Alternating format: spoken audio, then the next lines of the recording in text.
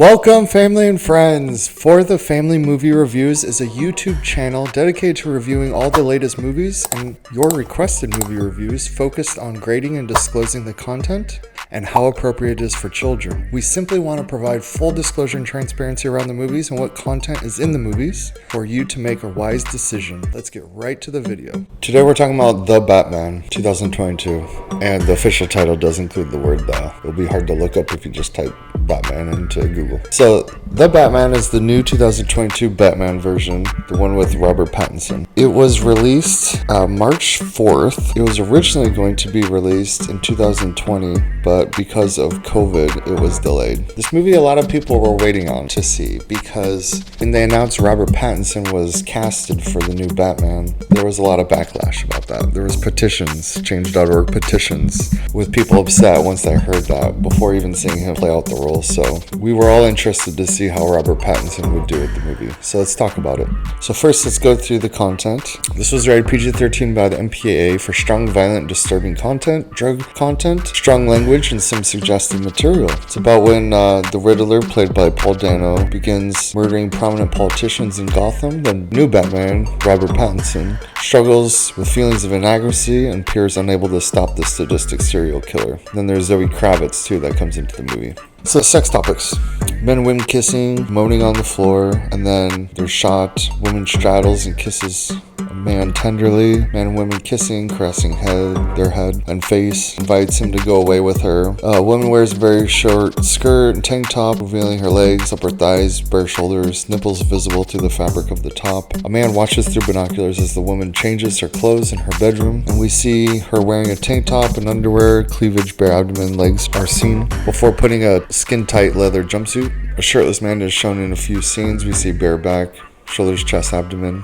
A man says of the woman, she's one hot chick. Low-cut dress scenes, things like that, but no sex scene, nothing too revealing. On to the violence. So this is an action movie, so this is where most of the content's gonna be. So the Batman stands a lot of times in shadows, hitting people, a lot of hand-to-hand combat, not a lot of weapon combat or stabbing. A man in the driver's seat of the car is struck in the head repeatedly by someone behind him, and he falls onto the car horn, steering wheel honking it. Attacker tapes the man's mouth, and we hear clanking metal and see lights on a device that we later understand to be an explosive device. Gunfire erupts outside a building. Man is shot. We see blood on his face and he dies. Cutting shears are found stuck into a car's tire, and a severed thumb. So there's a thumb that we see that's attached to a USB thumb drive, and it's found inside of a car. We hear a recording of women screaming and being strangled. The woman shoots at a man and misses. She fights another man. The first man hits her in the head with a pool cue, straddles her into the floor and strangles her with the cue. And then there's a lot of fighting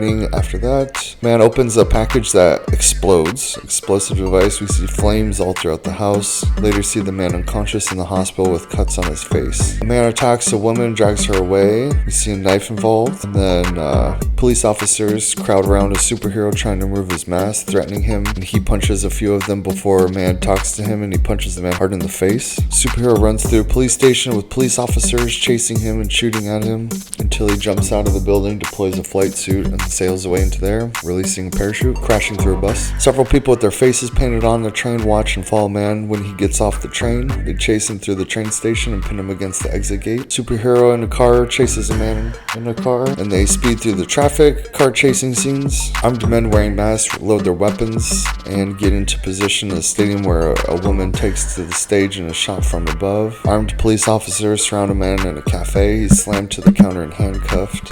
Vans are exploding, glass is breaking. The word lies, L-I-E-S, is painted into what seems blood on the wall. The word broke is painted on columns of the building. We see someone breathing, see them looking through binoculars. Where someone swings a sword, we hear a scream, and a man enters the room. The person with the sword seems to stab him and falls to the floor.